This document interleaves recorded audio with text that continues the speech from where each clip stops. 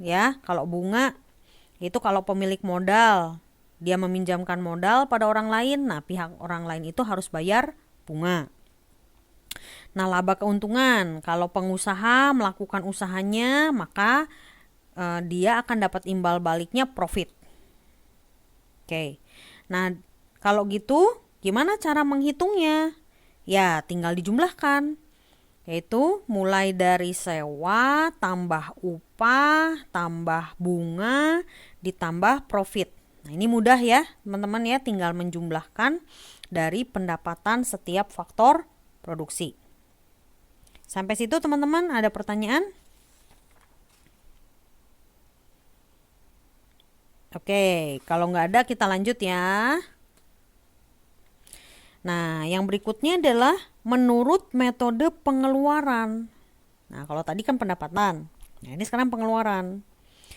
Yaitu pendapatan nasional merupakan seluruh pengeluaran untuk membeli barang dan jasa yang dilakukan oleh rumah tangga ekonomi. Yang pertama, pengeluaran konsumsi, disingkat C atau consumption. Yaitu semua nilai belanja yang dilakukan rumah tangga untuk membeli berbagai jenis kebutuhannya selama setahun.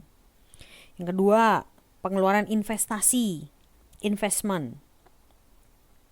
Yaitu disebut pengeluaran untuk membeli barang modal, untuk menaikkan faktor atau produksi barang dan jasa di masa yang akan datang. Yang ketiga adalah pengeluaran pemerintah, yaitu pengeluaran untuk menyediakan pendidikan dan kesehatan, pengeluaran gaji pegawai, pengeluaran untuk pengembangan sarana, infrastruktur, dan lain-lain. Oke, terus yang berikutnya adalah rumah tangga luar negeri. Nah, ini berkaitan dengan hubungan dengan luar negeri. Kalau nggak ekspor, impor. Nah, di sini pengeluarannya adalah ekspor dikurangi impor. Ya, ekspor ngerti ya? Ekspor itu artinya kita dari barang dari Indonesia nih, misalnya memproduksi barang. Itu dikirim atau dijual ke luar negeri. Itu ekspor. Kebalikannya kalau impor, nah kalau dari Indonesia membeli barang dari luar negeri. Nah, rumus untuk pendapatan nasional ini juga mudah nih. Jadi tinggal menambahkan konsumsi ditambah investasi, ditambah government, pengeluaran pemerintah, ditambah ekspor dikurangi impor. Oke, sampai situ dulu nih teman-teman ya. Di situ ada, saya mau ulas sedikit, ada 3 metode perhitungan pendapatan nasional. Yang pertama yaitu tadi, yang pertama apa? Oke, good. Yang pertama metode nilai produksi. Yang kedua, betul, metode penerimaan atau pendapatan. Yang ketiga, metode pengeluaran. Oke. Yang pertama berdasarkan value added. Ya, itu yang tadi tuh, nilai produksi, metode nilai produksi berdasarkan value added. Kalau metode penerimaan, ya berdasarkan penerimaan faktor produksi terdiri sewa, upah, bunga, keuntungan. Oke, terus kalau untuk pengeluaran, ya konsumsi, investasi, pemerintah, ditambah ekspor dikurangi impor. Oke, good. Nah, sekarang kita lanjut kepada kenapa kita harus tahu perhitungan pendapatan nasional. Pentingnya sih buat apa nih? Oke, nah kita lihat yang pertama. Pendapatan nasional itu adalah alat ukur tinggi rendahnya kemakmuran suatu bangsa. Jadi kalau pendapatan nasionalnya tinggi, nah berarti kemakmuran suatu bangsa tersebut tinggi juga. Oke. Yang kedua, untuk mengetahui struktur perekonomian negara, agraris, industri atau jasa. Nah, jadi kalau tadi misalnya ya banyak pendapatannya dari sisi misalnya disewa atau diupah. Nah, itu akan menunjukkan mana nih yang negara tersebut ini menghasilkannya di mana? Di agraris atau di industri. Nah, contoh juga misalnya kalau ekspornya banyak dari sisi pertanian. Ya, misalnya Indonesia nih ekspor kedelai, misalnya mengekspor beras atau misalnya mengekspor buah-buahan. Nah, itu kategorinya negara kita ini adalah struktur perekonomiannya agraris. Oke. Nah, selain itu juga untuk mengetahui pertumbuhan ekonomi suatu negara.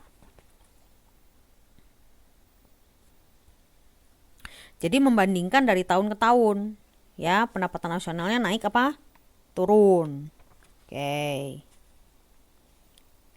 Nah, terus udah gitu juga bisa membandingkan perekonomian antar negara. Tadi ya teman-teman masih ingat nggak? Ketika kita membahas berkaitan dengan pendapatan domestik regional bruto. Nah, itu juga bisa melihat dari sisi per daerah. Daerah satu dengan daerah yang lain dibandingkan. Oke, supaya bisa belajar kenapa kok negara lain atau daerah lain kok lebih baik. Nah, gitu ya.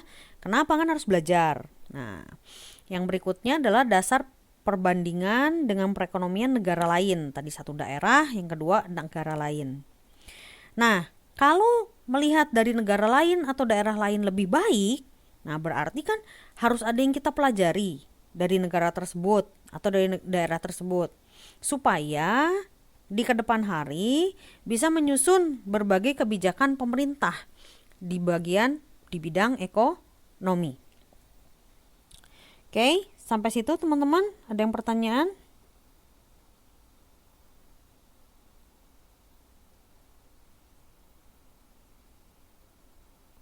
Gak ada? Oke, kalau nggak ada kita lanjutkan ya kepada tujuan mempelajari perhitungannya. Tadi selain manfaat, kita juga perlu tahu tujuannya. 1. Mengetahui kemajuan dan pemerataan perekonomian masyarakat dan negara. 2. Menaksir yang akurat, khususnya untuk melihat nilai barang dan jasa dalam setahun. Yang berikutnya, membantu pemerintah dalam merencanakan dan melaksanakan program pembangunan.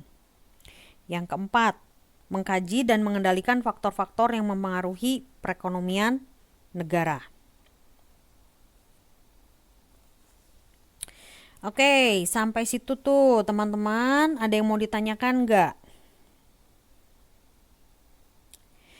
Nah, kalau tidak ada pertanyaan, nah untuk pertemuan pembahasan modul pendapatan nasional bagian pertama kita selesaikan di sini dulu ya. Nanti kita akan lanjutkan ke modul pendapatan nasional ke bagian kedua. Oke, terima kasih teman-teman. Sampai jumpa. Selamat malam.